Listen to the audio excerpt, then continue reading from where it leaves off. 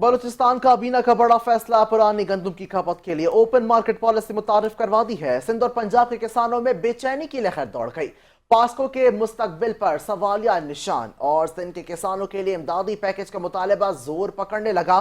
پاکستان میں گندم کی صورتحال، کسانوں کے مسائل اور حکومتی پالیسیوں کے حوالے سے مزید جانتے ہیں بیورو چیف سکھر مختار شامی سے۔ جی مختار آقا کیجیے گا۔ جی، بلوچستان کابینہ نے ایک بڑا فیصلہ کیا ہے۔ 2 سے 3 سال پرانی 8 لاکھ گندم کی بوریاں جو ہیں انہوں نے 1800 روپے فی من یعنی کہ 4500 روپے 100 کلو گرام کے حساب سے اوپن مارکیٹ میں بیچنے کی منظوری دے دی۔ حکومت کا موقف یہ ہے کہ یہ اقدام ذخیرہ شدہ گندم کو ضائع ہونے سے بچانے کے لیے کیا گیا ہے، اور 60 روپے فی کے جی آٹے کے کا بھی انہوں نے نوٹیفیکیشن جاری کیا ہے۔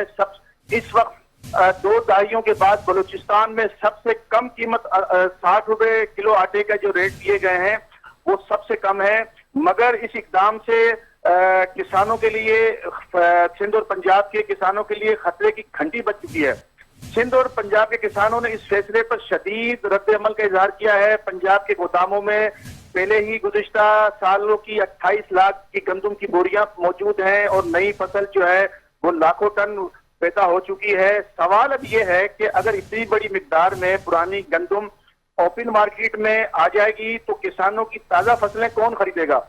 کیا کسانوں کو ان کی محنت کا معاوضہ ملے گا یا گندم سڑکوں پر جو ہے وہ بکھری بھی نظر آئیں گی؟ اچھا، دوسری جانب اگر ہم بات کریں کہ پاسکو کے پاس جو ہے 2 کروڑ 75 لاکھ بوری کے ذخائر موجود ہیں جو حکومت پاکستان کے لیے گلے کی ہڈی بن چکی ہیں۔ وفاقی حکومت نے IMF کے دباؤ پر اس اہم ادارے کو ختم کرنے پر غور شروع کر دیا ہے۔ ہم آپ کو بتاتے چلیں، پاسکو جو ہے بلوچستان جس کی کھپت جو ہے سالانہ 1 کروڑ 60 لاکھ بوری ہے، مگر اس کے بلوچستان کی جو اپنی پیداوار ہے وہ 60 لاکھ کے تقریباً 20 لاکھ کے قریب ہے۔ بقایا وہ جو ہے وہ پاسکو اس کی کھپت پوری کرتا ہے۔ خیبر پختونخوا ہے، کشمیر ہے، پاک افواج ہے، یہ تمام اداروں کی جو کھپت ہے وہ پاسکو ہی جو ہے وہ پوری کرتا ہے۔ مگر افسوس ہے کہ IMF کے پریشر پر پاسکو کو ختم کیا جا رہا ہے، جس سے نہ صرف کسان بلکہ ملک کے غذائی تحفظ پر بھی منفی اثرات مرتب ہوں گے۔ اچھا، دوسری جانب پنجاب حکومت نے اگرچہ وقتی طور پر ریلیف کے لیے 12.5 ایکڑ زمین رکھنے والے کسانوں کو 5000 روپے فی ایکڑ امدادی رقم دینے اور زرعی مشینری آسان اقساط پر فراہم کرنے کا اعلان کیا ہے، مگر یہ اقدام کسانوں کی اصل مشکلات کا حل نہیں، مخصوص تسلی بخش ہے، اور پنجاب کی فلور ملوں کو آسان اقساط پر قرضے دینے کی بھی پالیسی پہ غور کر رہے ہیں۔ اس کے بعد اگر ہم سندھ کی بات کریں، سندھ کا کسان جو ہے وہ سب سے زیادہ پریشان ہے اور بے بس دکھائی دیتا ہے۔ محکمہ خوراک سندھ جو 122 ارب روپے کا بینکوں کا مقروض ہے، گزشتہ 2 دہائیوں سے یہاں اتنی بڑے پیمانے پر کرپشن ہوئی اس کی مثال نہیں ملتی۔